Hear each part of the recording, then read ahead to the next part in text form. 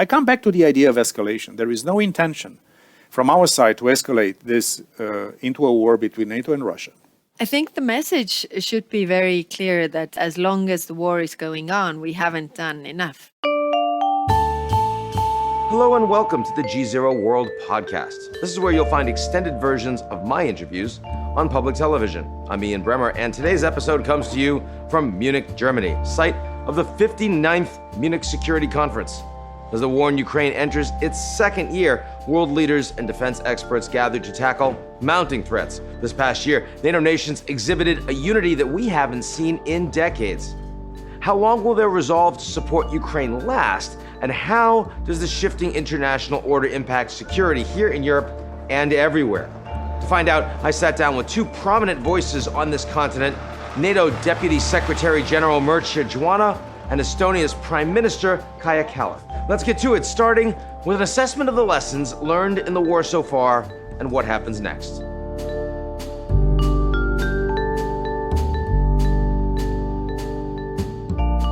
The GZERO World podcast is brought to you by our founding sponsor, First Republic. First Republic, a private bank and wealth management company, places clients' needs first by providing responsive, relevant, and customized solutions. Visit firstrepublic.com to learn more. GZERO World would also like to share a message from our friends at Foreign Policy. Something's often missing in the way we talk about the climate crisis, and that's the issue of justice and equity. On Season 3 of Heat of the Moment, a podcast from Foreign Policy in partnership with the Climate Investment Funds, host John D. Sutter explores the concept of a just transition away from fossil fuels and, hopefully, towards a net zero future. Listen to Season 3 of Heat of the Moment, A Just Transition, wherever you get your podcasts.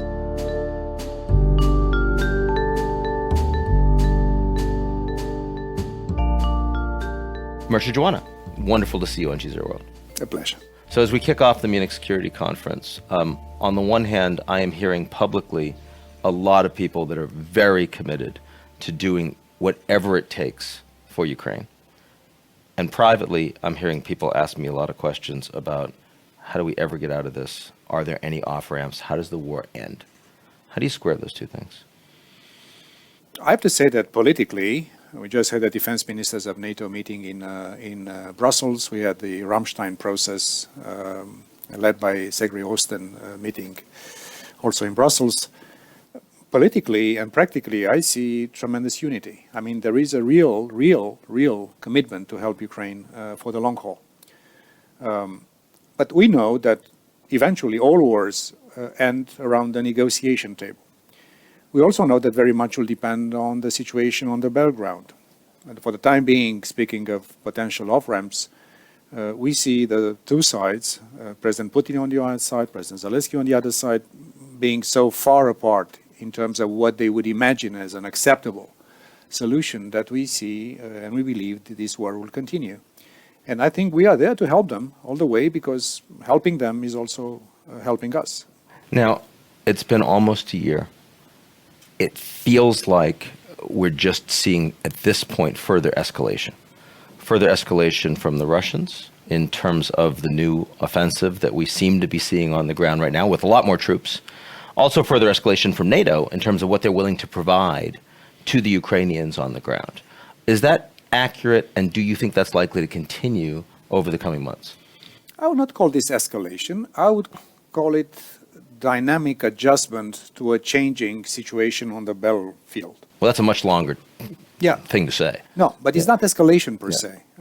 The fact that Russia is pouring more troops, probably not very well trained, probably we don't see a change in command and control structures. The lessons learned from the first year of war, unsuccessful war by Russia, we don't see it happening. At the same time, we see even the same strong, mindset and willingness from Ukrainians to resist. So let me be very, very clear. Yeah. The fundamental job of NATO is to defend allies. Territory, population, soon to be 32 allies, okay? That's our number one job. The other thing that we do in NATO and also allied nations individually and partners of NATO individually is helping Ukraine in a dynamic way. There's no escalation. There is a changing nature of the battlefield.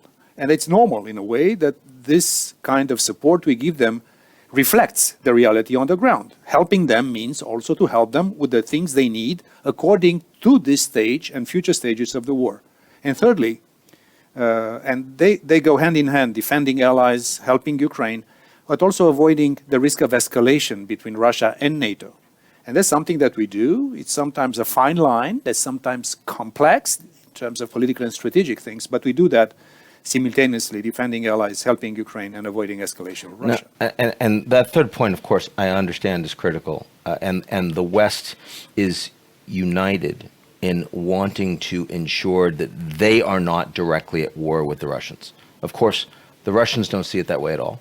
The Russians argue, and you see it in their state media constantly, that this is a proxy war, that the West is providing massive amounts of military support, intelligence, and training, and that is killing Russians in the field.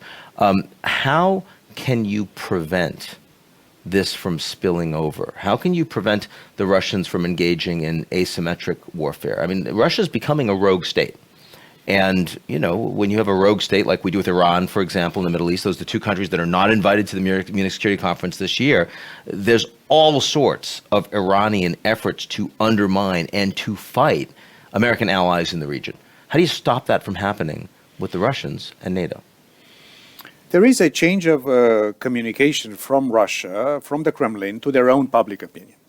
Because after presenting to their own public that this is a special operation sort of thing. They call it a war now. Now they say because they need a pretext to keep their population engaged in this effort, which is very, very costly. You know, lots of young Russian people suffering. You know, the economy is suffering. There is a decoupling by Russia from the West, which is painful and costly. So they need to revive the Soviet era propaganda machine in saying that the West, America, NATO, are in fact the arch enemy. So they need for domestic consumption to change the narrative from the initial thing, it's a light thing, it's a sort of a field trip, we conquer Kiev in no time. And now they see that it's very serious business. So they need in their imagination and their propaganda an enemy, which is the West. Easy to be rekindled in a way, because this has been used in the Cold War, and it's relatively easy to come back to that. I come back to the idea of escalation. There is no intention from our side to escalate this into a war between NATO and Russia. And secondly, we see no capacity from Russia to escalate in a conventional way with us. We see not the intent and nor the capabilities. Of course, we see the nuclear saber rattling around nuclear and the communication around that, which is dangerous in itself. But we don't see a real risk of Russia having the intent or the capacity. They barely resist in Ukraine. How can they think they can engage with a much more potent alliance, which is NATO? So there is a lot of rhetoric. And what they do vertical escalation on cyber, on hybrid, on disinformation. Look at the Republic of Moldova, how they're basically putting all the hybrid war arsenal at work against this country. And the Moldovan leadership has just claimed that the Russians want to launch a coup against them. You find that credible? We are not commenting on intelligence. By definition, I will not do this here. So basically, the full arsenal of Russian hybrid warfare toolbox is used against the Republic of Moldova as we speak. Short of war, Lavrov is menacing them, the foreign minister of Russia, and this is also a way to intimidate the public of the Republic of Moldova and also create a seed of concern, also in our public opinions. But I would say that Moldova, we are very happy that on the European Union track they're moving forward as Ukraine. I'm very happy to also say that the Republic of Moldova is a joint partner of NATO and the European Union. And we are doing everything we can to help them maintain this pro-Western direction. Now, you said that in the first few weeks, the Russians were telling their population this was going to be a field trip. Obviously, it has been anything but. NATO also believed that there was a high chance that the Ukrainian government was going to fall in the early days. Obviously, the Russian military proved itself to be vastly less capable than a lot of people in the West believed. 1 year into this war, what are the principal lessons that NATO has taken away from Russia's fighting capacity, and what do you think that means going forward?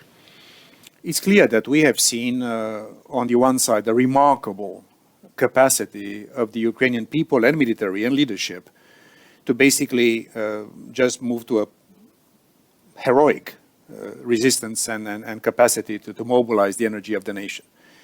I would say we're not that surprised on the Ukrainian side because we've been training Ukrainians since 2014, since the illegal invasion of Crimea. Canada, one ally, has been training Ukrainian military, 35,000 people from 2014 until now, and things are going. And Ukrainians are also very good, other than being very brave, because they have adopted already NATO standards, command and control. You see this kind of agility at the local command.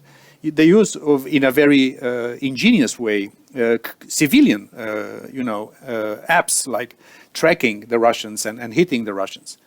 On the Russian side, we don't see much of lessons learned in terms of the weakness of the post-Soviet era doctrine, and also a very, very stiff and rigid vertical of command and control. But we also see, and this is why we say, don't underestimate Russia. As overestimating Russia was a mistake, underestimating Russia could also be a mistake. They're still a big country, they can mobilize people, they have, let's say, a relative immunity to loss of lives because of the regime they have. So we are really now bracing for a very significant and violent new phase of the war, with the offensive starting, and with the Ukrainians preparing their own counteroffensive, which is something that they do. Does this feel like the most significant new offensive of the war since the beginning last February? Is that what we're now seeing the beginning of on the ground, these Russian 300,000 plus troops that we see arrayed in southeast Ukraine? This is probably one of the most intense and consequential parts of this war. Speaking of Russia, what we see now is roughly 30,000 fresh troops coming on the front line. And numbers vary, the ones who use in public communication, between the percentage of the total Russian troops that are already in Ukraine. It's something between 80 and 90-something%. That's a lot. So we also see on the Ukrainian side mobilization and preparation for this. So I would say this is probably one of the most important phases of this war that will probably be longer than this spring and this summer, and probably will drag on for some time. Now, you mentioned that the Ukrainians are now fighting and training at NATO level standards. The Ukrainians are being invited into the European Union. No one was going to do that before the war. There wasn't a process to bring Ukraine into NATO before the war. It was basically a stalled process. Do you now see that changing? Of course, we see a level of cooperation between NATO and Ukraine, which is unprecedented. Yep. So we do work with Ukraine as we speak on non-lethal aid, as we call it. So nations, allies, and partners are doing the lethal aid. NATO is doing the non-lethal aid. We continue to help them with interoperability, with education on anti-drone and things like that. The process of enlargement of NATO, historically, in the last 30 years, has been a policy of open door. And the arrival of Sweden and Finland amidst our ranks soon is a confirmation that the door is still very open. You sound confident there. I sound quite confident that we'll have them there. Anyway, the process of getting them into NATO has been the most compressed in timelines ever. So far, yes. So yeah, we invited them in July in Madrid. So that's fast by any standard. Yes. And of course, Ukrainians and President Zelensky and some of the allies argue that we should engage with Ukraine on an accelerated path towards membership. I have to say that today there is no consensus on this one.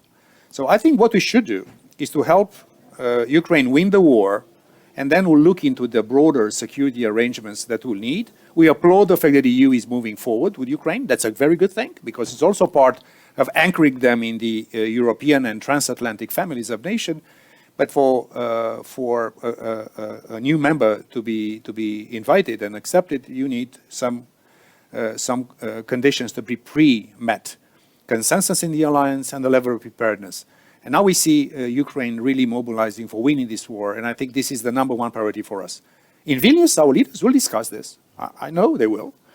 And we'll see which will be the outcome of the Vilnius summit. Only our leaders can decide.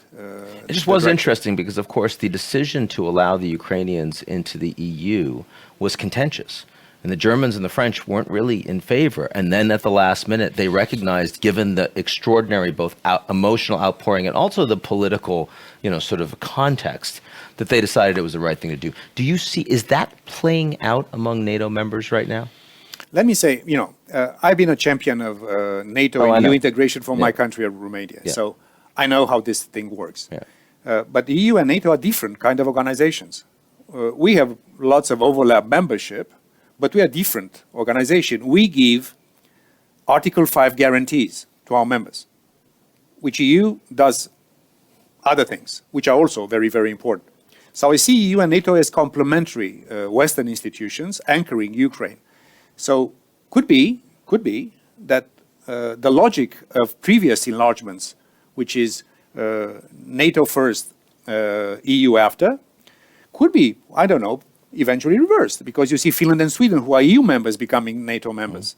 And it's up to Ukraine, it's up to us to decide when and if NATO membership would be eventually granted. For the time being, the number one focus for us is to help them win the war. And we applaud the fact that the EU is giving them a European perspective, which is helping them, anchor themselves to the West. And I asked implicitly, but let me be explicit. Turkey, after the elections coming up, President Erdogan, assuming he wins, which seems likely though not guaranteed, you think he is not going to be an obstacle to Finland and Sweden actually becoming full members? Secretary General Stoltenberg was in Ankara, in Adana, because we are helping a lot Turkey in this horrible thing. And, we see a wave of solidarity and support. I see reports of President Erdogan talking to the Armenian Prime Minister, to the Greek Prime Minister. Sweden, which holds now the EU Council presidency, the EU is organizing a major donor conference for the reconstruction of the affected areas of Turkey. So there is a dynamic in this conversation. We are making our best to have these two countries by Vilnius joining our ranks. And we hope that the two national parliaments still to ratify, the Hungarian one and the Turkish one, will be doing this. So I cannot prejudge what allies do democratically in their own parliaments, but I'd say that we are insisting that we should have both nations as full members by Vilnius at our summit. And I think this will make, all of us stronger. So including Turkey, including the southern flank, not only the northern flank of NATO. Last question for you, and this is one that we've been talking about for a long time at Munich, which is NATO members are not all committing the levels of expenditure that they need to, that they've promised to. There's been recently a stepped-up effort to try to convince everyone a minimum of 2% GDP spend on military expenditure if they want to be NATO members in good standing. But they're under massive economic pressure, given the war, given the pandemic, given inflation levels, given the recession. Do you feel like this process is moving in the direction you need to see it? Listen, the previous NATO investment pledge was taken in Wales in 2014 after the illegal annexation of Crimea by Russia. And then leaders accepted that they should aim towards 2%. And many allies are there.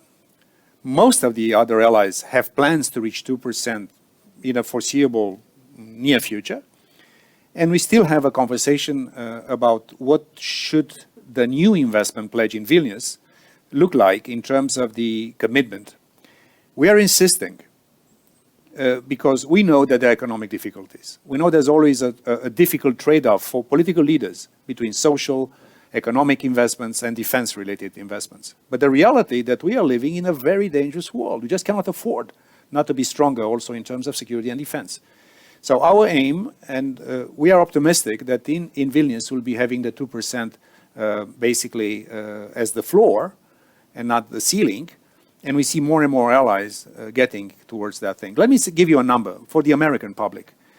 Since 2014, since the original Wales investment pledge for NATO, European allies and Canada have added to our defense budgets 350 billion additional US dollars.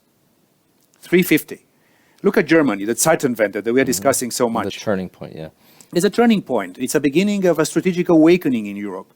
And if some allies, mainly from Western Europe, have been, hesitant about how much to spend on defense and how much on other things, now this brutal awakening of all of us is making the alliance understand, and our public opinion, I hope, to understand that this is money that is well spent, because our defense, our security cannot be taken for granted anymore.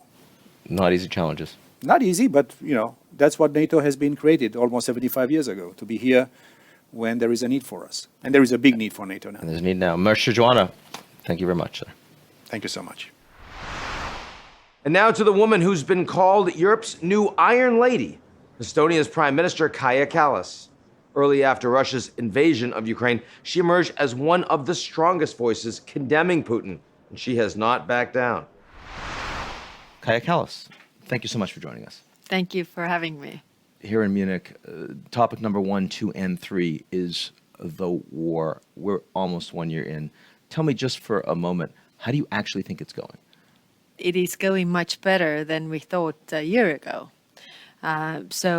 Even less than a year ago, when the war started, there were, predictions that it's not going to last that long. But Ukraine has survived and fought very hard, so it's going better than it was than we thought it was back then. But to look into the future, how is it going in the future? Do we see any way out of this? It's very hard to say. I mean, we are constantly monitoring everything that is going on in Russia. Is there any change, in the mindset of backing off from this war? We don't see that. So they are, in poker terms, all in. And it is a poker analogy. It's not a chess analogy. Everyone said that Putin was a great chess master. No, he's a poker player with a weak hand, and he's just pushed all the chips in the middle. Yeah, it seems so, yes. But his hand is not that weak also, if you look that it has a lot of people in Russia that, manpower that he can use in the army. There's a very good book called The Dictator's Handbook that, describes how a dictator is in power. So basically the rules are that keep the cronies around you happy, keep the army and the power structures, police happy, and eliminate all your alternatives, and you'll be fine. Cronies around him are questioning a bit, are we going to the right direction? Because they are feeling this also. I mean, the sanctions and everything, they are feeling this. And a number of them are being thrown out of windows. Exactly. They are falling out of windows, and this is a question. And the army, is the army happy? Well, that's a question. So is there any change in that they back from the war? Because the support for the war has been high, but if people feel it on their skin, then the support will go down. Now, you have a large Russian population in your country. How have they responded, to the extent that we can generalize it all, since this war? First, it's our Russian population is not a homogeneous group. Second, what I always stress is that in 1920, the Russian population in Estonia was 3.2%. The biggest minority we had were Germans. So it is not the native, people who have always been there. But when the occupation was, the Estonians were deported to Siberia, and Russians imported the same thing that we are seeing currently in Ukraine. Our Russian-speaking minority is not a homogeneous group, so majority of them still feel that Estonia is my home, and they see that when Russia comes to liberate the Russians, then they are the first ones to be hit because they are living in the eastern part of Estonia. They see what is happening in Ukraine. But there are also people who are supporting Russia, and namely because, the imperialism, they were the masters when we were occupied, and they want that feeling back. And do you feel, is there a national security threat? I mean, we just saw in Moldova, Yeah. the president announced that there was an attempt to cause a coup on the ground there. And this is a separate country from Ukraine. You're a frontline state. And you've been hit by massive cyber attacks before. You know what it's like to be under the gun from Russia. Have you felt any escalation in asymmetric warfare, other national security threats to your country? Well, the cyber attacks have increased, and we have been under severe cyber attacks. But we have also, since the 2007, when we were first hit by cyber attacks, we have invested a lot in cybersecurity. So our people don't know about those attacks because they don't go through. There is no effect in that regard. But of course, they are learning and trying to use new tools to attack our e-governance. I mean, of course, we are monitoring, the Russian influence within our society, and we had the diplomats in the embassy that were not really diplomats, but people who are working with, trying to divide our society, and this is what they do elsewhere as well. But I think that our society is actually more resilient to this because we know to look for this, and we have already, since the war started, we have sent people who don't have the right to be in Estonia. We have sent them away back to Russia, and we constantly monitor when such people come up. So I think that we are actually more resilient than some of the countries that have much better neighbors and feel that Russia is a faraway country. Well, no, they're working everywhere.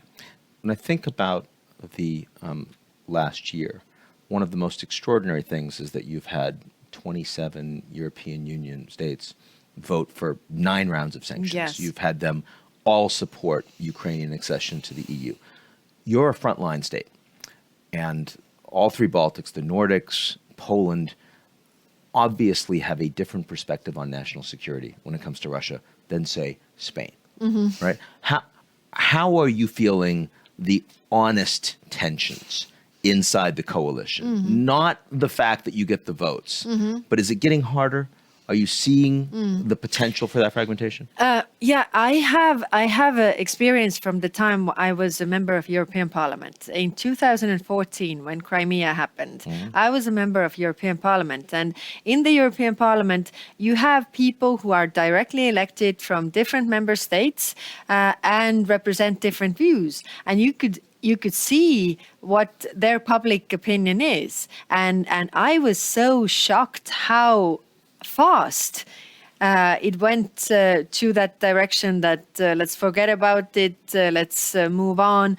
And this time it's different. I said to my team already before the war started that in order to influence the decisions of leaders of democratic countries, you have to work with their public opinion, that they see the picture the way we see. And I think keeping this unity has been, very big achievement for the European Union, but also NATO. And it's getting harder, that is true, because, new worries come in, high inflation, all the worries that we have in our domestic politics. But still, so far, like one of the prime ministers from one country that is not close to that war at all said to me that my public opinion is not supporting this at all, but I'm doing this because I want to be on the right side of history, and I'm trying to bring my people on board. And you don't This want is to tell the me right- what country their prime minister No, is I from? will. I can start guessing. Yeah. No. It's like one anonymous state in European Union. So when we've seen also a lot more weapons that are being provided to Ukraine that frankly, even a few months ago, a lot of countries were saying that's a bridge too far. Big debates now about F-16s. There were debates about tanks. Now the tanks are going over. Should there be limits to the military support that's provided to Ukraine, or really no? Is it whatever the Ukrainians need that should be made available? I think the message should be very clear that as long as the war is going on, we haven't done enough. That means we haven't given enough military support, and we have to continue supporting Ukraine that they can defend themselves. Of course, maybe all those big things like planes and tanks, they are like, they get more attention than ammunition that is really, really needed. And that's why I made last week a proposal that how we can procure the ammunition to be sent directly to Ukraine so that the military or the defense industry in Europe would also boost their production like the Russian military industry has. So I think that is actually more important than, one or two planes. But coming to a question, I don't really think there are limits, and we have overcome several taboos on the way of this 1 year. Now, the Nord Stream 1 and 2 pipelines were destroyed. Sabotage, that we know. We've had investigations going on for several months. There's been nothing. We have no idea. The West, of course, immediately said this was the Russians. Do you buy that? It was, of course, their pipelines. Yeah, but the interesting thing is when I heard about this, and it was the same day when the Polish pipeline was opened. This was back in September last year. Yes, and the immediate thought that came to my mind, because in the Soviet Union, things didn't go as planned. So I was like, okay, they messed up with the pipeline. They put the bomb on the wrong one? The wrong one. Okay, let's assume that didn't happen. Yeah, no, that was the immediate thought, because that would be so. Did you say that publicly at the time? I said it to some of the prime ministers, and they were like, "Do you really think so?" No, I had no evidence, of course. No, Yeah. I don't know, but the immediate thought, and I wasn't the only one who thought that, okay, they just messed with the pipeline and they blew up their own pipeline. I mean, the investigation is going on, and it is, of course, very hard to investigate, considering that it's underwater and everything. But we are constantly asking also Swedish Prime Minister what do they know? But if they have something, they will let us know. What I'm hearing from you is you still have open questions in your mind as to what happened there. Of course, there is investigation, and there has to be some proof, and you have to prove who has done it to attribute it to somebody. Of course, I have questions because it's not answered certainly who did it. So let me ask you a question, because this was in international waters. Yes. A multi-billion-dollar pipeline. Yeah. Outside of Ukraine, this is the single biggest thing that's happened in the war. Yeah. If we find out tomorrow that it was the Russians, what done it? What should we do? The bigger question is the accountability question. All those attacks, the first question is the attribution, and then the second is who is really accountable and how. I mean, when we have agreed in the international law that it is illegal to do such things, then there has to be a response as well. It's illegal to knock down a civilian plane out of the sky too, Yeah. which was done, of course, Yeah. several years ago. There's been Yeah. no accountability for that. Yeah, and it shouldn't be like this. That's why I think, one of the things that we have to push right now is the accountability, and really the discussion how we can hold accountable people who are responsible for deciding such acts. and I've been reading about this, and of course there is not. There are obstacles on the way, and I've been thinking that after the Second World War, when Roosevelt came up with the United Nations, and it was supposed to be to keep peace. So what is our response now? I think we have to also sort of rethink our international law and the accountability as such, because it can't be that the leaders have immunity if they agree to attack another country. Yes, the immunity is meant to be if you are a leader of a country and politically somebody wants to attack you and use cases against you. But if it is a case of international law, we have agreed it's illegal to attack another country. If you do, there has to be a response. Otherwise, it will just continue. So to be clear, I mean, these investigations ongoing, if any evidence were found that it wasn't the Russians, that it was the Ukrainians, it was a NATO country, that should come out. Yeah, absolutely. Absolutely. It's going to be tough either way. Yeah, It's going to be tough. Yeah. So what are the lessons that you've learned? How do you think about the world differently now than you did a year ago at this Munich Security Conference? You were here. It was just a few days before the invasion. Everyone was worried. But how have your views changed? A year ago, I had the discussions here, and I remember I went to that we were discussing before. There was one very high-rank official who said that it's not going to happen. And I said that I hope you're right, because we see different intelligence. I have learned a lot during this one year. One that I've learned is that Europe is a small region, and we think that we know each other. We actually don't know each other's history that well. We have to talk about this, but we also have to listen other experience. Everybody understands that war is bad and peace is good. But there is also a difference between peace and peace. I mean, we had peace after the Second World War, and France and Germany had peace. Whereas, peace in France and Germany was that they built up their countries, their well-being of their people, societies. And you were a captured nation. And we were deported, killed, our elites were erased, our language, culture pressed down. That was the peace as well. And this is the peace that is going to be on the occupied territories.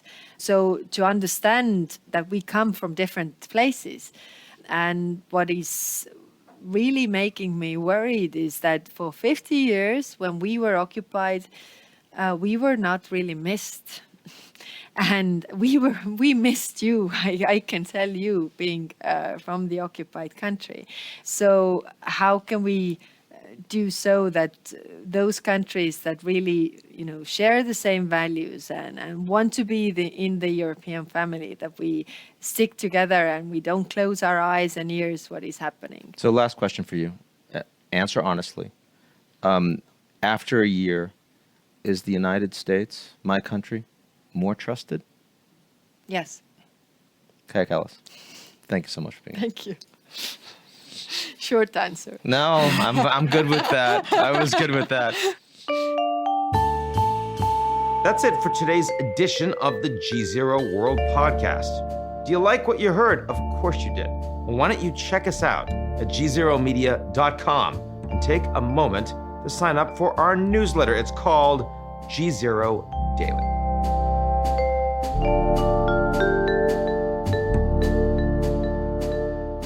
The GZERO World podcast is brought to you by our founding sponsor, First Republic. First Republic, a private bank and wealth management company, places clients' needs first by providing responsive, relevant, and customized solutions.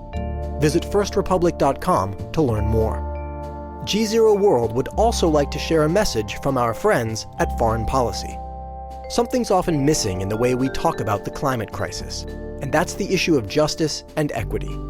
On Season 3 of Heat of the Moment, a podcast from Foreign Policy in partnership with the Climate Investment Funds, host John D. Sutter explores the concept of a just transition away from fossil fuels and, hopefully, towards a net zero future.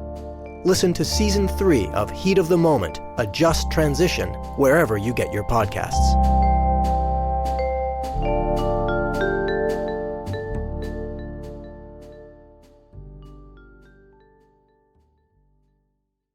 You're listening to the GZERO World with Ian Bremmer podcast, your weekly geopolitical deep dive into the world's biggest news stories, featuring in-depth conversations with global leaders and newsmakers. To get more of GZERO's insights on global politics every morning, sign up for our free newsletter, GZERO Daily, at gzeromedia.com.